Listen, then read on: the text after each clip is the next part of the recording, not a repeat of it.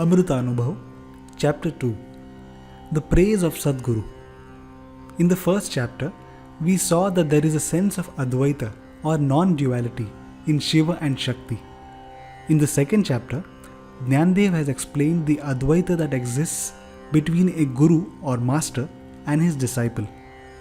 He has also described the Sadguru aspect of his Guru, Shri Nivruttinath. Nivruttinath is the embodiment of detachment. Nivrutti means detachment or retirement. The chapter begins. Dnyaneshwar says, Sadguru is the only way to bring about blossoming in the forest of spirituality. He is a medium through which the seeker receives divine instructions from God Almighty. Sadguru is formless and yet the manifestation of compassion. Due to his compassion, when the Guru sees his disciples entangled in the webs of ignorance, he strives hard to enlighten them. I bow to Sadguru Nivruttinath, who in his love defeats the elephant of illusion that stands before his disciples and serves them the delicacy of freedom. With simply a glance of his grace, he transforms bondages into liberation. Meeting him is like knowing oneself. Without discriminating among his disciples, he showers upon them the rare and priceless joy of enlightened solitude. With his guidance, one is able to witness the Spirit. He reigns over the hearts of many great people using his spiritual powers and knowledge. He is like a mirror in which the Spirit sees its own reflection. With his grace, all the phases of the moon, signifying the different aspects of our spiritual knowledge, integrate and shine gloriously as the full moon. The river Ganges, which represents the ever-changing attributes of man, becomes stable when it reaches the sea, representing Sadguru. Meeting Sadguru takes away the need to look for a remedy, as problems no longer exist. One is constantly attacked by materialistic and mundane ideas until he meets Sadguru. After meeting him, all such attacks stop. His grace, which is brilliant like the sun and yet soothing, destroys the ego of false knowledge within the disciple and dawns self-realization upon him. By his grace, the disciple becomes so great that ego of any kind does not touch him. To protect his disciples, he even steps down from the pedestal of the Guru, but that does not diminish his greatness even by a little. He cannot tolerate loneliness. Hence he sees within himself both the Guru and the disciple. When he showers his grace, the attacks of ignorance are diffused and transformed into the elixir of enlightenment. Through his meditative awareness, he tests the disciple. It is by his grace that the disciple rises to the state of Brahma, but if his attention recedes from the disciple, then the disciple starts falling towards destruction. When the disciple sincerely involves himself in spiritual practices prescribed by Sadguru, all the burdens of the disciple fritter away. It is only by obedience to Sadguru that the disciple can achieve his goals. His graceful attention is like the spring, without which the blossoming of fruits within us doesn't take place. With simply a glance, he drives away all the negativities, but he remains unaware of such a great victory. It is due to the smallness of the disciple that Sadguru holds the position of a master, and yet he constantly keeps breaking the disciplehood of his disciples by enlightening them. When the disciple misunderstands falsehood as truth and starts sinking into the ocean of illusion, Sadguru becomes a log of wood and saves the disciple, and then even forgets that he saved anyone. Just as the sky has no limits, Sadguru's capabilities are limitless. It is Sadguru who created the moon and all other cool and soothing things. And it is from a small cross-section of Sadguru's brilliance that the sun got its luster. Even the gods, when troubled, seek the guidance of Sadguru to solve their problems. If the moon spreads its light everywhere, it can still be seen.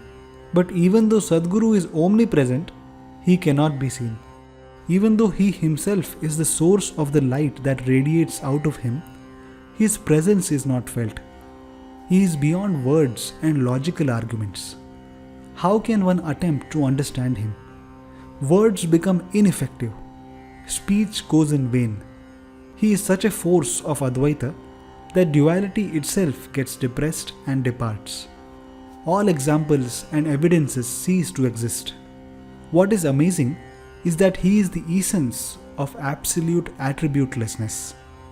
Doubting Sadguru is equivalent to contamination of the Advaita that exists between a guru and his disciples. With what words should I pay obeisance to such a great Sadguru? He doesn't let anything stick to himself. He is just like his name. O Sadguru, you never had any attachments. Then what have you got attached from? And still you don't give up your name, Nivrutti, meaning the one who has retired or become detached. There are no attributes within you to nullify.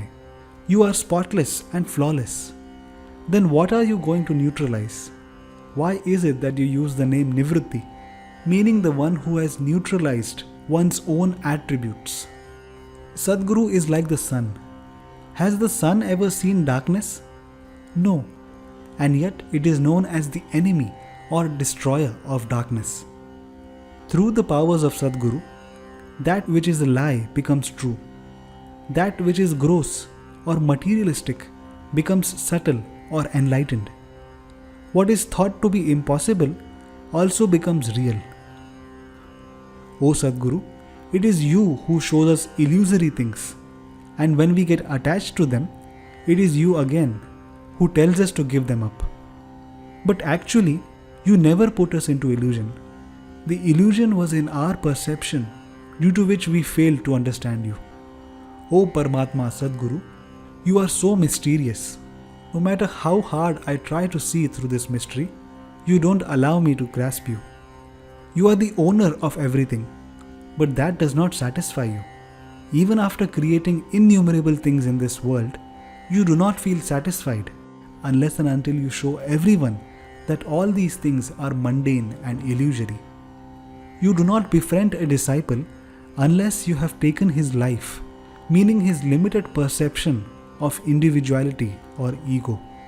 If the disciple is completely identified as your disciple, even that is not enough for you, because that means that there is still a sense of duality within the disciple that identifies the master and the disciple as two separate entities. You cannot tolerate your greatness being translated as your specialness, as that again clouds the Advaita principle. For the same reason, if one of your disciples is conceived as a special one, that too becomes intolerable to you. The night disappears as soon as the sun rises. When mixed in water, salt no longer remains. And on waking up, sleep doesn't remain. On catching fire, things made up of camphor do not remain. Likewise, the individual identity of the disciple doesn't remain when the disciple surrenders to Sadguru. When Sadguru is bowed to and his feet are touched by the disciple, Sadguru does not identify as the object of veneration, as he never does anything that would strengthen the perception of duality. O Sadguru, just like you, the sun also does not eulogize himself. When the worshippers of the sun worship it, the sun remains unaware of it. For someone who is immersed in the ocean of Advaita, the idea of another person bowing to oneself is like standing in front of oneself, which is not possible. The state of being worshipped has been defeated by Sadguru. When we are underwater, we do not see our reflection. It is only when we come out of the water and look towards it that we see our reflection. Which means that for a reflection to be seen, the object and the mirror have to be separate. And that is why the sky which engulfs us all does not act as a mirror. It does not reflect anything, as nothing remains separate from it. Likewise, to be worshipped, the worshipper and the object of worship have to be separate. And that is why Sadguru cannot be worshipped, as he ensures that the one who tries to worship him does not remain separate from him. And so, one does not feel bad if he cannot worship Sadguru, as he has become one with him. When someone wearing a dhoti wishes to unclothe himself, he simply pulls out its outermost end and the entire dhoti starts unwrapping. Similarly, in order to remove the web of bondages within us, as well as their reflections, meaning the mistakes that we commit, we just have to worship Sadguru. And all these flaws start unwrapping one by one. And at the end, the worshipper also doesn't remain. If there is no form, then what good is sight? But by the grace of Sadguru, I have been blessed with such a divine vision that can see even the formless. When a lamp is lit, the flame is sustained by a combination of wick and oil. The wick does not disappear when the lamp is burning or even after it has been extinguished. But when camphor is lit, the camphor and fire both start to dissolve in one another, and in the end, nothing is left. Likewise, on seeing Sadguru, the worshipper and the object of worship, that is Sadguru, both disappear, just as a dream disappears on waking up. So what more words should I use to describe someone who is devoid of duality? I bow to Sadguru, the companion of the spirit. So strange is the love of Sadguru that he expresses himself through two distinct bodies of the master and the disciple. O Sadguru, how is it that you are what you are? You do not give up expressing yourself through the duality of master-disciple, but you are beyond it. You are both non-dual and dual. This world full of illusions looks as big as the sky in daylight, while in the darkness of the night, it seems as if it doesn't exist. Likewise, the vastness of Sadguru can only be seen in the light of the Spirit. The ocean is complete, but still incomplete, as no matter how much water flows into it, it does not become full. Likewise, no matter how many disciples become one with Sadguru, Sadguru never becomes full. There is always space for more disciples. Even though the sun is one, it gives existence to both light and darkness, which seem like two separate entities. Even though the master and disciple are one, duality goes against this oneness and makes them look different. But then what else can we expect from duality? Will it ever speak against itself? No. That is why I am saying that the master and the disciple both get their existence from Sadguru. It is Sadguru who exists in both of them. In gold and its ornaments, it is only gold that exists. In moon and its moonlight, it is only the moon that exists. In camphor and its fragrance, it is camphor that exists. In jaggery and its sweetness, it is jaggery that exists. Likewise, in Sadguru and his disciple, it is only Sadguru who exists. Even though they might seem as two different individuals, it is Sadguru who enjoys both these roles.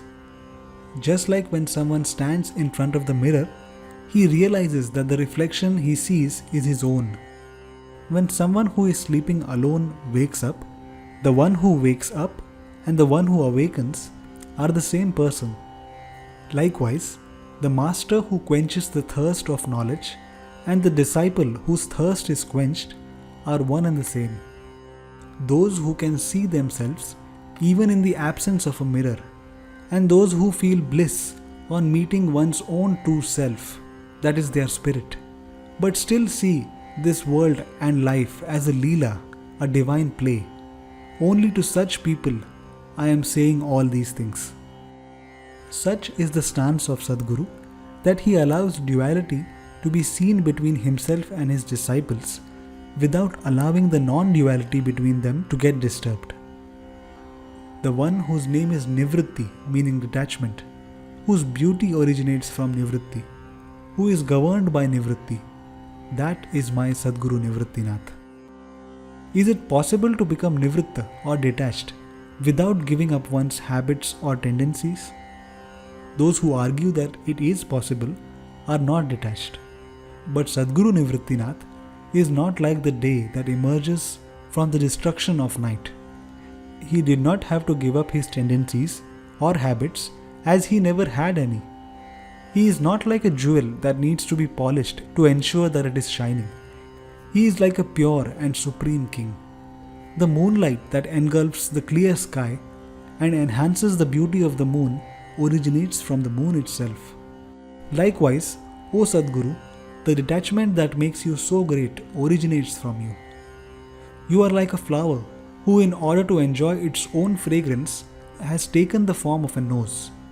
If one's eyes could somehow turn back and see one's own beauty, then would there be any need to look in a mirror? Likewise, detachment cannot see and enjoy itself. That is why it took in its hands a mirror called Sadguru to enjoy its beauty. When night comes to an end and day begins, does the sun have to put efforts to become the sun?